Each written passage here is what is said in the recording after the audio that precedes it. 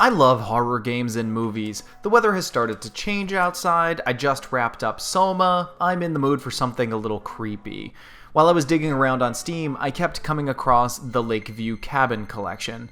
I've never heard about anyone playing it, I've never seen any reviews for it, but Steam users have given it very positive reviews. It's described as an episodic horror comedy. I thought, meh, I'll give it a shot. And a shot I gave it. At the moment, only 2 episodes of the collection are done, but I feel like I've gotten my $10 worth out of it.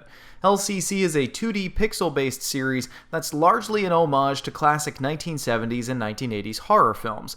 Lakeview Cabin 1 is a free Flash game. Lakeview Cabin 2 doesn't exist. Lakeview Cabin 3, found in the collection, is sort of like Friday the 13th, where 4 characters need to fend off a masked clown baby murder man, Clown Baby Murder Man's father, and his wife, who happens to be dead and in the lake.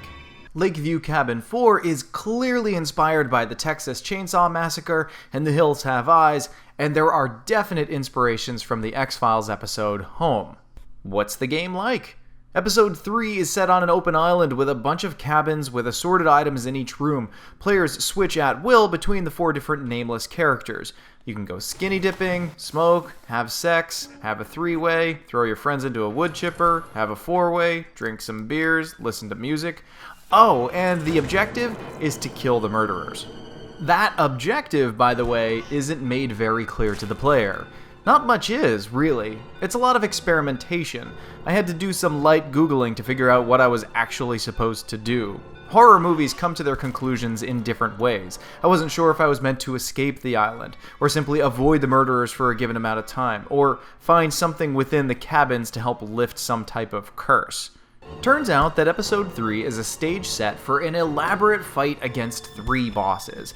It's up to the player to gather as many resources and set up as many traps to take down the murderers of Lakeview Cabin. It's a tough fight. Even when you have everything in place, one minor mistake can topple all of your plans.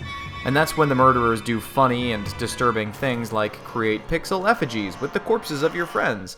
And there are moments when the game will catch you off your guard, so you'll get a decent jump scare or 2. More often than not, you'll run out of resources or campers by the time that your game is over.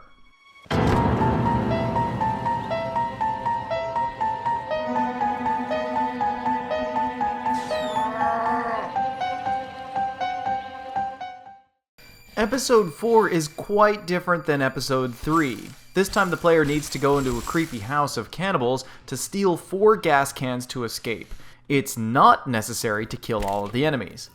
See, different objective entirely. My first few times playing Episode 4, I thought, there's no way I'm getting through this. The interior layout of the house and the barn are slightly randomized, so there's a good bit of luck involved going in.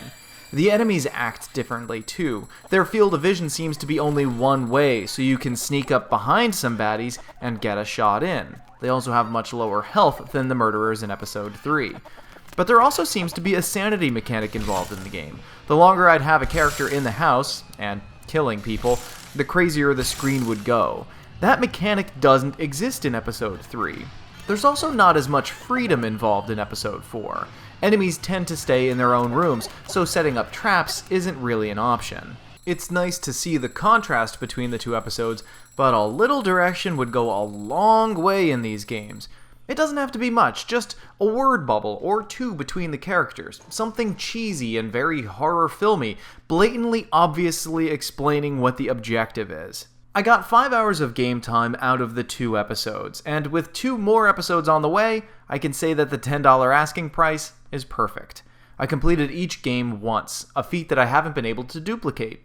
But there are additional game modes that unlock when you finish, plus it's also a good personal challenge to see if you can make it with all of your campers out alive, and maybe even the dog too.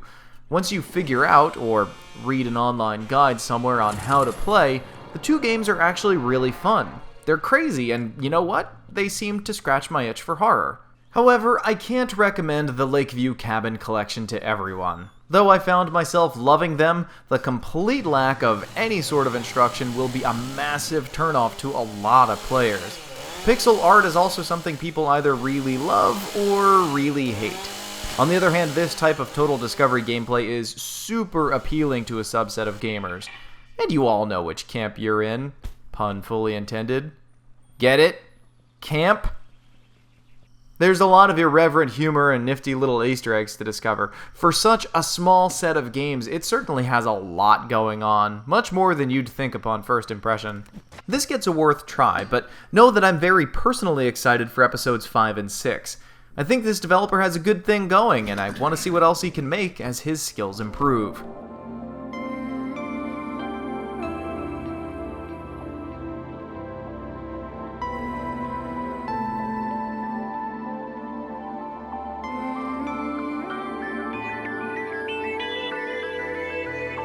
This video is made possible through generous fan donations on Patreon.